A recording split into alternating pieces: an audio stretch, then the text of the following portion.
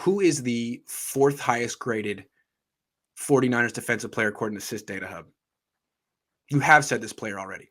I'm stuck between Azeez and Eric Armstead, but I'm going to say Azeez. It's Azeez. Yeah. Apparently, if they give Warden Mosley an 18, whatever that is, Azeez at 17. He's their highest graded linebacker. He's their fourth highest graded defensive player. He apparently has 14 tackles for loss. He also has a bunch of missed tackles, but this guy, it's like he is what they wanted Quan Alexander to be at a much cheaper price.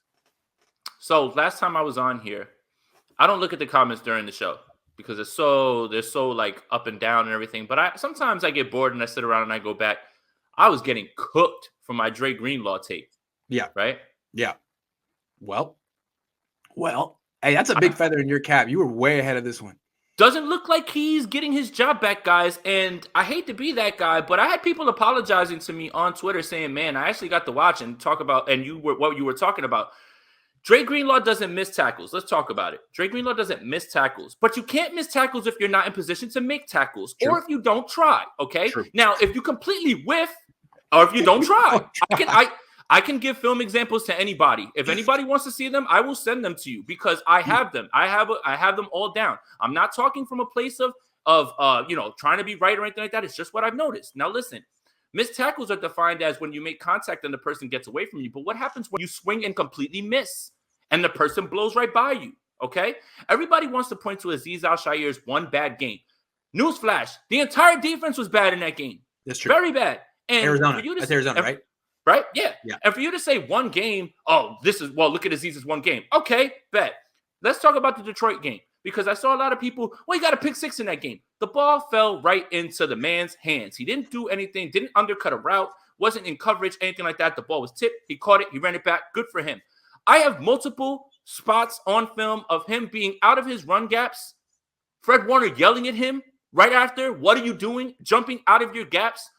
You can't miss tackles if you're not in the right spot to make the tackle.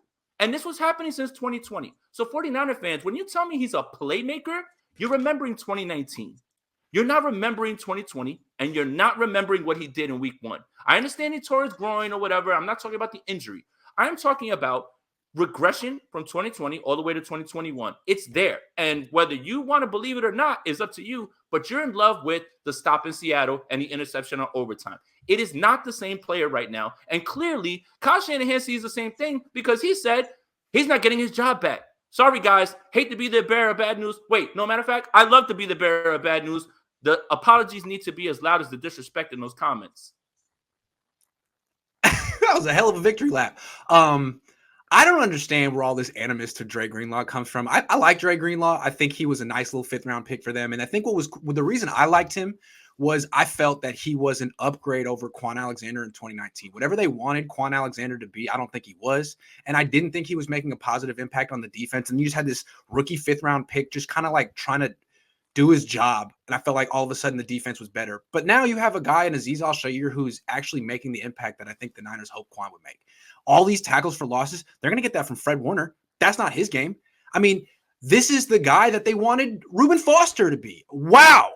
Out of no, I never thought Azeez Al-Shaair could be this. And now he is definitely one of the more, if not the most violent player on the defense. He flies around and he's in a contract year. This is the next Kendrick Bourne. Do not let him get away. This is what you want. Don't think you can just make like Demetrius Flanagan Foles is going to be. He's not. No. Give him, he'll be cheap. Resign him, keep him here. He's a very good player. And the point that I was making when you gave the exercise about what would you do if you're the general manager is there is a large narrative built around Dre Greenlaw, especially amongst 49ers fans. I'm talking about in the NFL about him being more valuable than Azeez Al-Shaair. So why wouldn't you cash in on that and get your 2nd-round pick, 3rd-round pick for him when Azeez Al-Shaair is playing better than him for cheaper? That's what I meant. He's at a higher grade than Fred Warner right now. I mean, he's one of the better linebackers in the NFL right now. Contract year, he needs to stay in the 49ers. Give him an extension now. That's what Balky used to do, right? A little early. Hey, it was happening in camp. Yeah. We saw it when I was there at camp. I was like, man, look at Al-Shaair. He's balling right now, and it's translating. So, guys, just listen a little bit more when I talk. Take your feelings out of it. 2019's over. And that was an amazing play. I loved it. Great play. Sent the 49ers on the way to the Super Bowl. Great.